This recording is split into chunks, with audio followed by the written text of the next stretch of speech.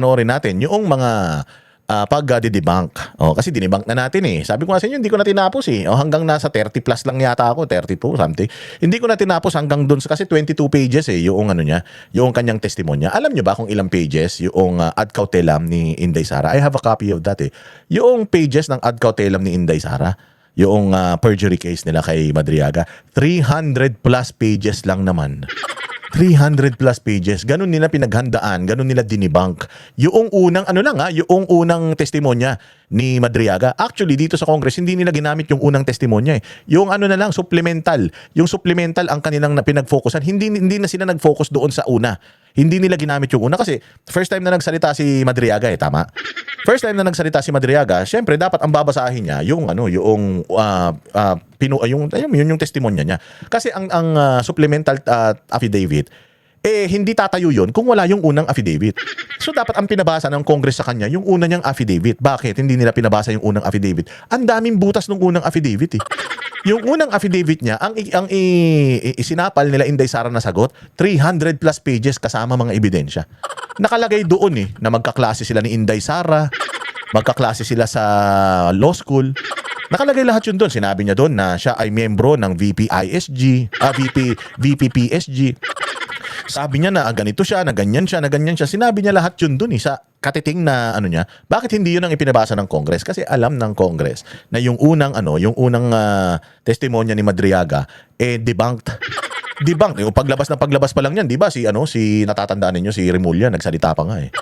Hindi siya binisita ni Inday Sara. Nagsalita na si si Remulla nagsabi hindi si Madriaga ang binisita ni Inday Sara. Ang binisita ni Inday Sara si si Tebes daw eh, di ba? So doon pa lang nagsisinungaling na si Madriaga. Sabi ni Remulla hindi nakalagay doon sa logbook at saka sa CCTV hindi sila nagkita ni Inday Sara. Ngayon mga bossing, hindi nila ginamit yung initial affidavit niya, ang ginamit nila yung supplemental. Kasi surprise yun eh. Even daw sila Inday Sara, hindi nakakuha ng supplemental na yun. Pero confident, si Paulo Panelo, confident siya na kung galing sa kasinungalingan yung una, sigurado ako yung pangalawa, kasinungalingan din yan. Kasi dun sa una, yung affidavit niya, yung unang affidavit niya, pati pangalan niya dun mali eh. Mantakay mo, not notarized, pangalan mo na mali pa. Ibig sabihin, walang kakwenta-kwenta. So, yung pangalawa ang ginamit, hindi ginamit yung una. Bakit hindi ginamit yung una? Doon pa lang palpak na eh. Doon pa lang mali na eh. Tama? Okay man lang sana, binasa niya yung una tapos yung supplemental niya. Hindi eh. Nauna niyang binasa yung supplemental. Ano yun? Ang ginamit nila nalagay sa record yung supplemental, yung original affidavit, wala. Di kagaguhan niya. Doon pa lang palpak na eh. Doon pa lang sibak na eh. Doon pa lang talo na. Sige, eto na ngayon. Lumabas yung mga pinagsasabi niya doon. Eto na yung mga sagot doon sa mga pinagsasabi niya doon. Sa affidavit niya. Pakinggan natin itong balitang ito. Dami ng aligasyon ng alleged bagman niya na si Ramil Madriaga, highlight daw kay VP Sara ang pahayag nito na struggle ang law school para sa kanya. Sa dami-dami daw ng mga sinabi ni Inday Sara, ang highlight daw sa kanya is yung sa law school niya. Because again, this is an impeachment proceeding. And naghahanap kayo ng ebidensya na makakapag-impeach kay VP Sara. Pinayagan ng Congress na gamitin yung testimonya na si Inday Sara mahina sa eskwelahan sa impeachment investigation nila. Anong pagkakamali ng Congress doon? Let us strike this out sa iyong testimony because this has nothing to do with the articles of impeachment na sinusulong natin. Ang kailangan lang natin ditong patunayan is, una, corrupt si Inday Sara. Pangalawa, si Inday Sara yung funded ng mga pogo, funded ng mga drug lord. Yun yung kailangan natin dito. Na si Inday Sara nagnakaw. Yun. So ngayon, kung patutunayan mo yung connection mo kay Inday Sara, okay yun. Pero yung meron ka pang side comment na si Inday Sara, bobo naman yan nung eskwela. Anong purpose nung bobo siya sa eskwela dyan sa impeachment, di ba? Kung ako yung congressman, ako si Luis Ro, sasabihin ko, wait. Nakikita ko na itong number 46, number 47, number ganito. Nakikita ko na irrelevant siya. Irrelevant siya dito sa case build-up natin. So, dapat hindi yan isama. So, let us strike that out. Because Inday Sara being bobo, if ever totoo yan, Inday Sara being mahina sa klase, it doesn't have any weight doon sa impeachment. But, tinuloy pa rin nila. Bakit? Because hindi naman talaga nila focus na ma-impeach si Inday Sara because they do not have the numbers anymore. Ang focus lang nila is ma-block off si Inday Sara, mabato si Inday Sara ng mga putik para masira, madumihan siya at somehow yung mga Pilipino, ma-turn off sa kanya. Ang problema, hindi. Hindi. Diretso natin. Ayon sa bise, nakapasa siya sa sariling sikap at walang tulong ng iba. Narito ang agenda report ni Isaiah Mirafuentes ng Abante. Hindi nakapagpigil si Vice President Sara Duterte na maglabas ng pahayag matapos ang mga aligasyon sa kanya ng self-confessed bagman na si Ramil Madriaga sa pagdinig kahapon ng House Committee on Justice. Ayon sa bise, sa lahat ng sinabing kasinungalingan ni Madriaga, ang pumukaw ng kanyang pansin ay ang bintang na kinailangan niya ang tulong ng iba para makapagtapos ng law school. Nakapagtapos raw siya ng walang special favor. I completed my studies on my own terms. I placed a higher premium on living a well-rounded life rather than pursuing academic excellence. I never asked any professor for special accommodations for my grades because again, San Sebastian College of Recoletos, magaling na eskwelahan yan. Nagpo-produce yan ng mga top-notcher na mga bar taker sa history ng Pilipinas. San Beda Law, San Sebastian Law, Ateneo Law, De La Salle, may law na ba? De La Salle. UP College of Law, St. Louis University College of Law. Magagaling yung mga eskwela. Ngayon may magaling na eskwelahan ng mga bar passers. Ang Jose Maria College of Law. Magaling yan yung Jose Maria College, ang College of Law. Yung din yan, si Atty. Tor, yung galing-galing nun. Oo, dyan sa Davao City. Kung gusto nyo mag-aral, yung mga anak ninyo ng abogado na talagang gusto nyo magiging magaling na abogado, yung anak ninyo, hindi katulad ni Palsis, hindi katulad ni Lenny Robredo na take 2 sa bar exams. Oo, yung mga bar flunkers dyan, bar flunkers dyan na talitalinuhan. Hindi naman kayo matalino eh. Matalino kayo, saan pumasa kayo sa bar? O katulad ako, hindi ako matalino kasi hindi naman ako pumasa sa bar.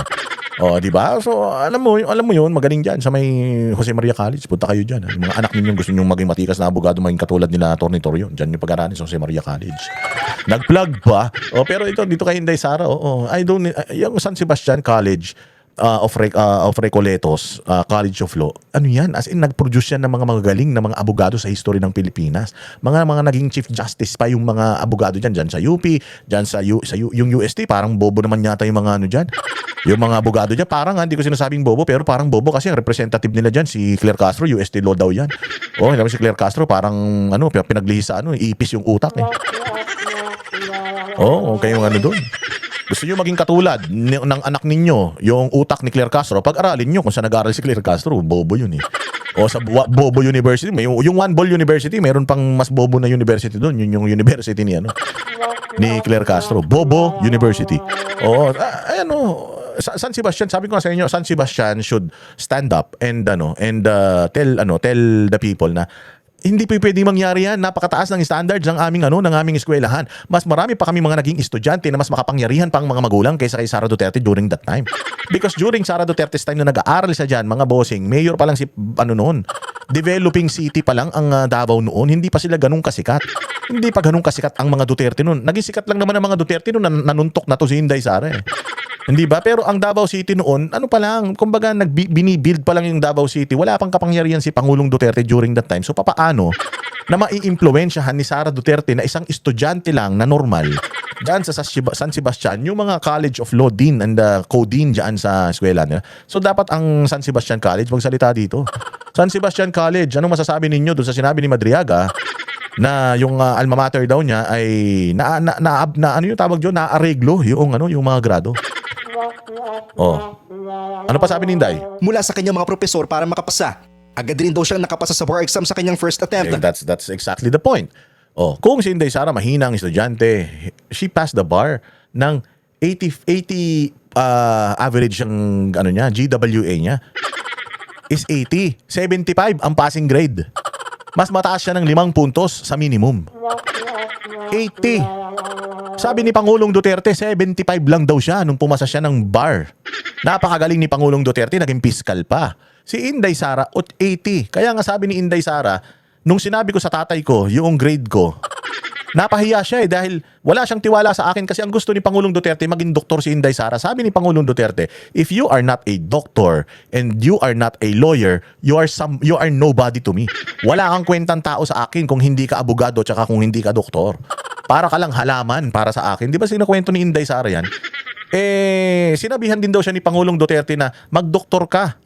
Hindi ka pwedeng hindi ka pwedeng mag-abogado dahil magiging ka lang aktivista. Magiging ka lang rebelde. Kasi rebellious daw ito si Inday Sara. Huwag ka mag-UP dahil magiging NPA ka. Yung sinasabi ni Pangulo sa kanya. Tapos nag-med school siya. Tapos ang ginawa niya, nag-shift siya to law school. Medyo natuwa daw si Pangulong Duterte kasi talagang gusto naman daw ni Pangulong Duterte talaga na maging lawyer to kasi nga syempre lawyer siya. So yung doktor parang okay sige Dr. Duterte, wala pa naman tayong doktor na kamag-anak. Pero nung nag-law school siya, nakita daw niya sa mukha ng tatay niya na parang natuwa pero wala siyang tiwala.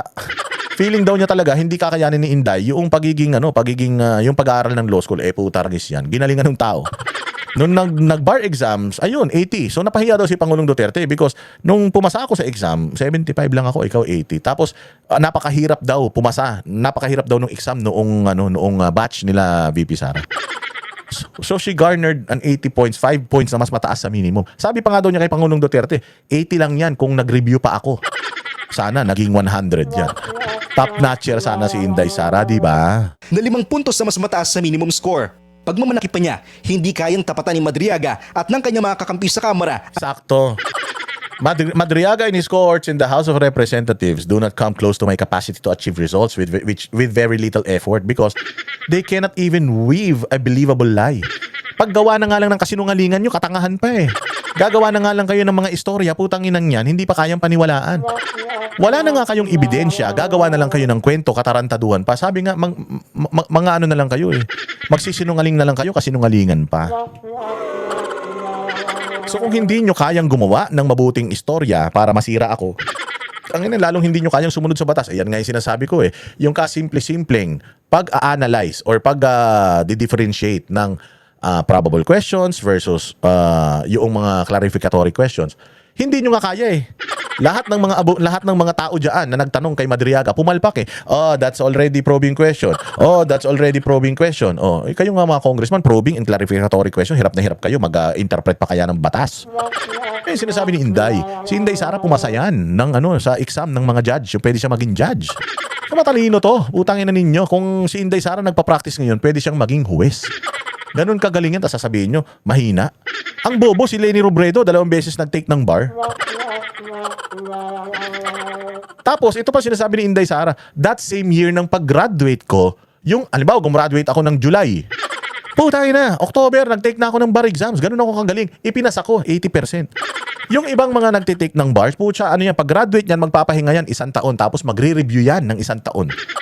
Oo, bago yan sila mag-exam. Si Inday Sara pagka-graduate na pagka-graduate, ilista mo ako dyan sa bar exams. Putang na, subukan ko kung magaling talaga yan. Nag-take ng bars, 80? Same year? Pucha, ganyan, sabihin nyo mahina yan? Pucha, sabi ko nga sa'yo, si Miriam Defensor Santiago, si La Franklin Drilon nung pagka-graduate nila, hindi sila kagad nag-take ng bar exams. Nag-review muna yan ng 1 taon. Pero ito si Inday Sara, pucha, same year. Same year. Nag-graduate siya ng summer. Pucha, ilang buwan, nag-take na siya ng bar exams. Hindi niya na kailangan ng habang review. Pucha, mayroong bantanga na ganyan. Bobo kayo. Ang kanyang naabot, lalo't kahit pagbuo ng kasinungalingang kapani-paniwala ay hindi nila magawa. Sinabi rin ng bise na ang tila mini trial sa Kamara laban sa kanya ay patunay na pang-aabuso at korupsyon lang ang kaya nilang gawin. At iginit na ang mga naunang impeachment case ay nabahira ng aligasyon ng suhulan sa Kamara. Ayon naman kay Committee on Public Accounts Chair... Ito na. Kita mo, stress na stress si Tanga. Napansin nyo? Stress na stress siya. Bobo ka kasi. Ina ka eh. Ikaw may pakanaan yan eh. Ang yabang pa ni mamaya, papakita pa natin iba. Ridon, mas napabigat ni Madriaga ang pasanin ng pangalawang Pangulo. Napabigat daw ni Madriaga. Napabigat ni Madriaga yung pasanin nyo. Akala ninyo makakatulong si Madriaga sa inyo. Putang ina, nagsipagsabugan sa malalaking yung mga pisngi. Yung mga katarantaduhan ni Madriaga. Nakita lang talaga how incompetent yung Committee on Justice ni Luis Tro. Ganyan kayo ka-incompetent. Kung ilan man mga abogado na nandiyan dyan, pucha, ganyan kayo kahihina, ganyan kayo katatanga. Hindi na pasok sa impeachment yung mga akusasyon ni Madriaga, tinuloy nyo pa rin. You have all the reason to stop Madriaga doon sa pang-iinsulto niya kay Inday Sara because hindi naman yun ang purpose ng impeachment eh. Kasi kung ang purpose ng impeachment, babuyin lang si Inday Sara, nagtagumpay kayo kahapon kasi nababoy niyo siya. Pero hindi nyo alam kung gaano kalakas yung counter na ibibigay sa inyo ng mga magagaling na mga Duterte supporter. So sabi niya dito, probable cause for impeachment on the basis of confidential funds. Misuse was established yesterday's hearing. Madriaga's testimony specific to receipt and delivery of duffel bag, supposedly ha. So even siya, hindi siya sure na pera nga ang laman ng duffel bag na dinideliver ni Madriaga. Containing cash from confidential funds. Ni walang pinakita si Madriaga proof na confidential funds ngayon. Napabigat daw noon, nakahanap na daw sila ng probable cause. Kung gano'n naman pala, dali na natin sa Senado yan. Bakit magkakaroon pa kayo ng hearing sa susunod na linggo? Kung may probable cause naman pala, diretso na natin. Ba't hindi nyo pa magawa? Hinahamon na nga namin kayo, i-impeach Sara now. Di ba sabi nyo, impeach Sara now. Yes, let's impeach Sara now in the Congress. I-impeach nyo na, parang awa nyo na. Ready na yung mga abogado na i-cross-examine si Madriaga at yung iba pang mga ebidensya ninyo. Idadin nyo na sa Senado. Bakit hindi nyo madala sa Senado yan? Kung may probable cause na pala. Terry Ridon, please, sabihan mo na si Luis Tro. Luis Tro, wag na tayo mag-hearing sa susunod na linggo. Mapapahiya na naman tayo. Puta ang speaker natin, ng magiging resource person natin, si Trillanes. Hindi naman kasama yung testimonya ni Trillanes diyan sa na yan, sa impeachment. Hindi naman complainant si Trillanes sa impeachment Tama? Bakit mo iimbitahin si Trillanes? Bakit iniimbita nila si Trillanes? Yung bang ebidensya na hawak ni Trillanes, yun yung ginamit ng nila Leila de Lima diyan sa pagsasampa ng kaso ng impeachment kay Inday. Patay kayo. Ang tagal ng ang tagal nang napatunayan, napalpak yung mga ebidensya ni Trillanes, gagamitin nyo pa rin. So, klaro ito mga kababayan, mga bossing. Klaro ito na ginagawa lang ng Congress ito para babuyin ang mga Duterte. Magsasalita dyan si Trillanes para babuyin ang mga Duterte. Ngayon, ano ang papatunayan ni Trillanes dyan? Yung pera ng mga Duterte, di umano, trilyon pera sa bangko. Sinabi na ng AMLAC yan noon Dinibank na ng AMLAC yan. Noong Quadcom pa lang Sinabihan na ng AMLAC yan na hindi ko alam saan galing yung yung mga listahan niya na yan. Hindi yan sa amin galing. Tapos gagamitin nyo pa rin. So, ibig sabihin, kung ito na yung ginagamit nyo kay Inday Sara noong 2024, tapos palpak, ito pa rin yung gagamitin nyo ngayon, huwag na kayong mag-expect na parehas resulta niyan. Bobo nyo. Sa confidential funds dahil sa mga testimonya kaugnay sa resibo at pagdi-deliver umano ng mga bag na posibleng naglalaman ng pera. Pero ipinagtanggol ng bagong layang si Congress Miao Kiko Barsaga si VP Sara. Hindi ko masyadong naintindihan since mostly umiiyak siya tapos nagka-cut tapos Dito nyo naintindihan paano iyak ng iyak. Kasi naman si Madriaga sa lahat naman ng hoodlum, ito yung putyang ina kasi lambot ng cotton candy. Walang hiya ka Madriaga, wala kang tibay na maaasahan. continue. So I'll just be reading the testimony later and then reviewing based on that. Pero mukhang wala naman masyadong mangyayari dito. Parang same lang sa 2025, they're going to try to push something against Vice President Sara Duterte. Sa April 22 ang sunod na April 22. Sa April 22 daw yung susunod na impeachment proceeding hearing, man tawag nila dito, moro-moro. Walang inuurungan, pag tama palakpakan, pag mali ay babana.